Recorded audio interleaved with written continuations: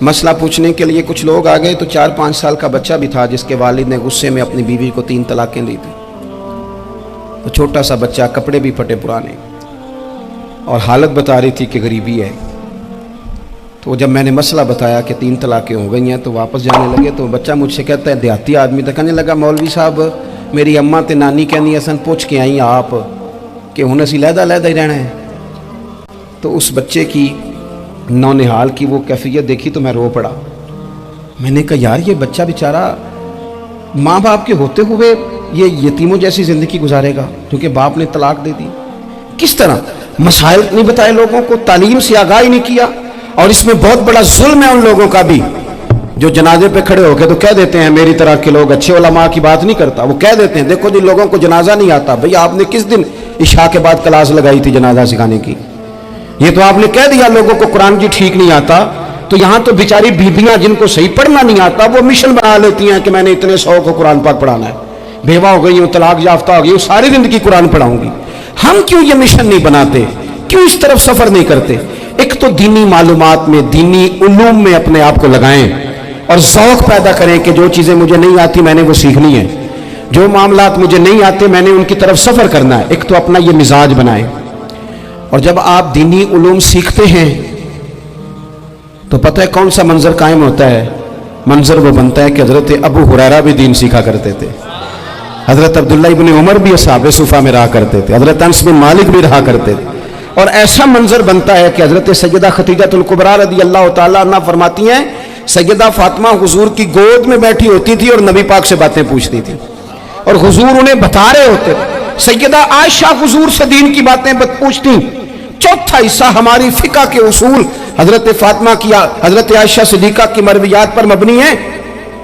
اگر ہماری بچیاں چھوڑ دیں ڈائجسٹ پڑھنا، چھوڑ دیں ادھر ادھر کی مووی دیکھنا اور وہ کتاب و سنت پر آ جائیں تو بہت سارے مسائل ایسے ہیں جو الجھنے سے پہلے ہی سلجھے ہوئے ہوں. دینی تعلیم کا مزاج اور ذوق.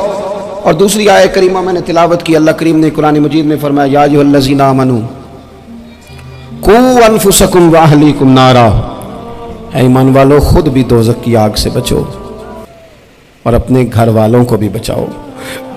او والد، وہ ماں جو بچوں کو بھوک سے بچانے کے لیے محنت کرتی ہے، ان کو مایوسی سے بہت سارے ماں باپ ایسے ہوتے ہیں جن کے پاس کپڑے لینے کے پیسے نہیں ہوتے عید پہ.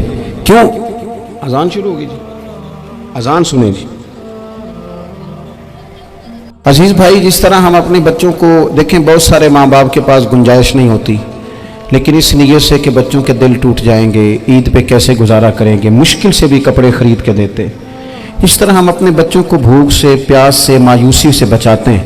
اس طرح ہمارے رب نے ہمارے ذمے لگایا ہے کہ تم اپنے بچوں کو کوشش کرو دوزخ کی آگ سے بچانے کی. حضرت عمر فاروق رضی اللہ تعالیٰ عنہ نے عرض کیا تھا یا رسول اللہ صلی اللہ تعالیٰ علیہ وسلم، اس آیہ کریمہ کا معنی کیا ہے؟ تو محبوب کریم علیہ السلام نے فرمایا عمر، جن چیزوں کا اللہ تمہیں حکم دیتا ہے تم اپنے گھر والوں کو ان چیزوں کا حکم دو، جن چیزوں سے رب رسول تمہیں منع کرتے ہیں اپنے گھر والوں کو ان سے روکو، اپنے گھر کے اندر نفاذ دین کرنے کی کوشش کرو. میرے بھائی، بہت زیادہ آزمائش ہے ہمارے گھروں میں، بے چینیاں ہیں، اضطراب ہے، بچوں میں سختی ہے، بہن بھائی ایک دوسرے کے ساتھ لڑتے ہیں، مزاجوں میں تلخی آ گئی. کیوں بھلا؟ اس لیے کہ ماں باپ کو جو بہترین کردار اور جو حسین طریقہ گھر میں اپنانا چاہیے تھا.